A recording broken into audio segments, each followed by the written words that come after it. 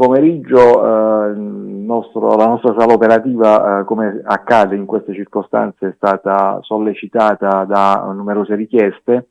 Sono state più di un centinaio le chiamate arrivate e dal momento in cui è incominciata l'evento fino a questa mattina ancora abbiamo completato una cinquantina di interventi. Prioritariamente, come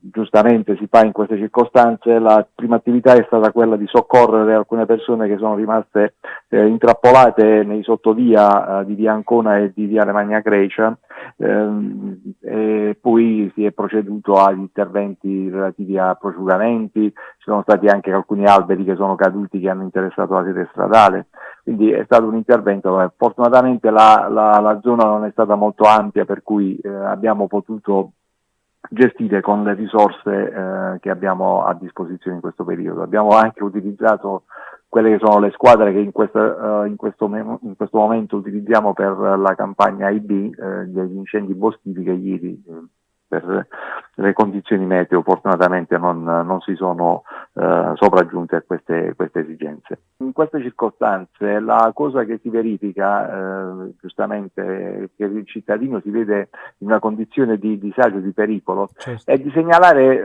anche cose che magari non sono delle situazioni reali di pericolo, per cui poi alla fine delle 100 chiamate che noi abbiamo ricevuto, poi la metà più o meno si risolvono da sole, le altre poi sono effettivamente le situazioni che hanno bisogno del nostro intervento. Assolutamente, Quindi, noi lanciamo un appello alla cittadinianza che non facciamoci prendere dal panico, perché se vediamo guardi, l'acqua nel balcone di casa è inutile chiamare i vigili del fuoco. sì, la gente poi spesso chiama durante l'evento, durante il nubifragio, e in quella circostanza noi non possiamo fare assolutamente niente se non soccorrere chi è effettivamente in pericolo. Certo. Se uno è rimasto bloccato in una macchina, bisogna soccorrerlo, però Certo. se sta entrando acqua in casa, io posso fare ben poco, fino a quando non smette di piovere, non posso venire, non posso fare, a meno che non c'è da salvare delle persone, allora quello sì, lo facciamo. Come Insomma, no, è una certo, cosa... assolutamente. La polizia locale è intervenuta nei punti più critici con tutte le difficoltà del caso. Io ieri che ero per strada ho visto ambulanze che avevano difficoltà a passare tra le auto bloccate nel traffico, le strade piene d'acqua, ma siamo intervenuti.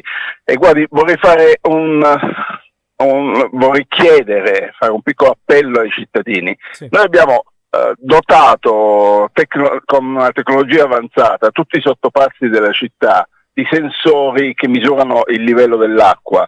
Quando il livello dell'acqua supera una certa soglia si accendono i semafori all'ingresso dei sottopassi. Ecco, quando il semaforo è rosso all'ingresso dei sottopassi invito tutti a non entrare, perché poi si verificano situazioni come quelle di ieri, cioè il tempo poi di far arrivare le forze di polizia a chiudere e impedire anche a chi non rispetta il semaforo l'indicazione di non attraversamento i sottopassi, c'è un leggero margine di tempo che in qualche modo non è assolutamente recuperabile. Abbiamo attivato il COC, è stato attivo tutta la notte. Oggi verranno controllate, già da questa mattina si stanno controllando tutte le calitoie.